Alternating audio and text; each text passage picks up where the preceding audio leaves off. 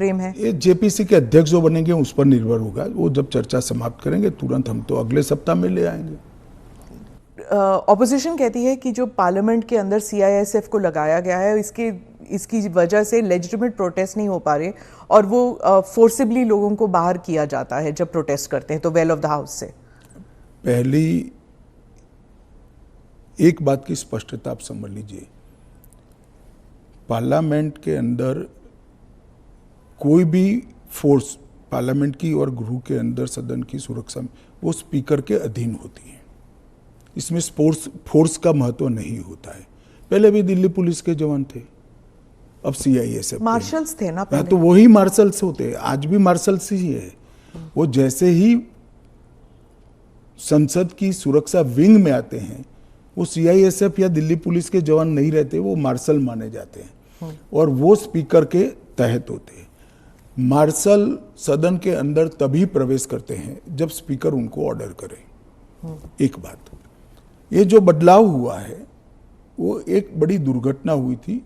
कुछ वामपंथी लोगों ने संसद के अंदर स्प्रे किया था, कलर स्प्रे किया था। उस वक्त लोकसभा स्पीकर ने एक कमेटी बनाई और वो कमेटी में गृह सचिव भी थे, लोकसभा के सेक्रेटरी जनरल थे, राज्यसभा के सेक्रेटरी जनरल थे और कई लोग थे।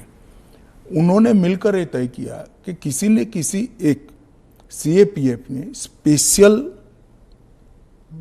संसद की सुरक्षा के लिए ट्रेनिंग किया हुआ एक दस्ता बनाया जाए, जो दस्ता संसद सभ्यों की गरिमा, पार्लियामेंट्री प्रोसीडिंग की गरिमा और संसद की सुरक्षा तीनों का समायोजन कर काम कर पाए।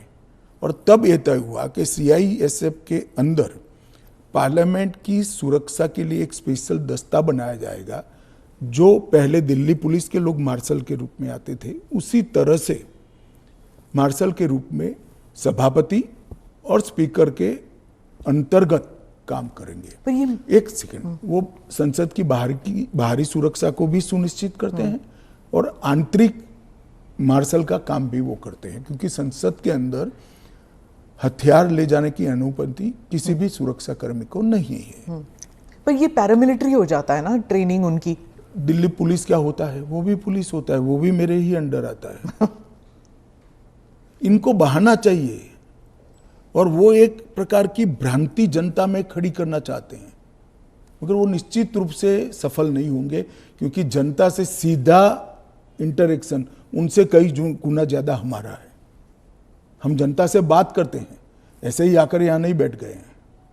मगर 3 चुनाव हारने के बाद मुझे लगता है फ्रस्ट्रेशन का जो लेवल है, वो सामान्य विचार विवेक जो होता है वो गवा बैठा है। पर वो राहुल गांधी कहते हैं कि लोगों के बीच तो वो जाते हैं, ट्रक ड्राइवर के बीच जाते हैं, खेतों में वो चाह रहे हैं, आप लोग तो नहीं जाते हैं। ऐसा है कि मैनेज कर कार्यक्रम करना और जनसंपर्क करना, दोनों के बीच में बड़ा फर्क है। जब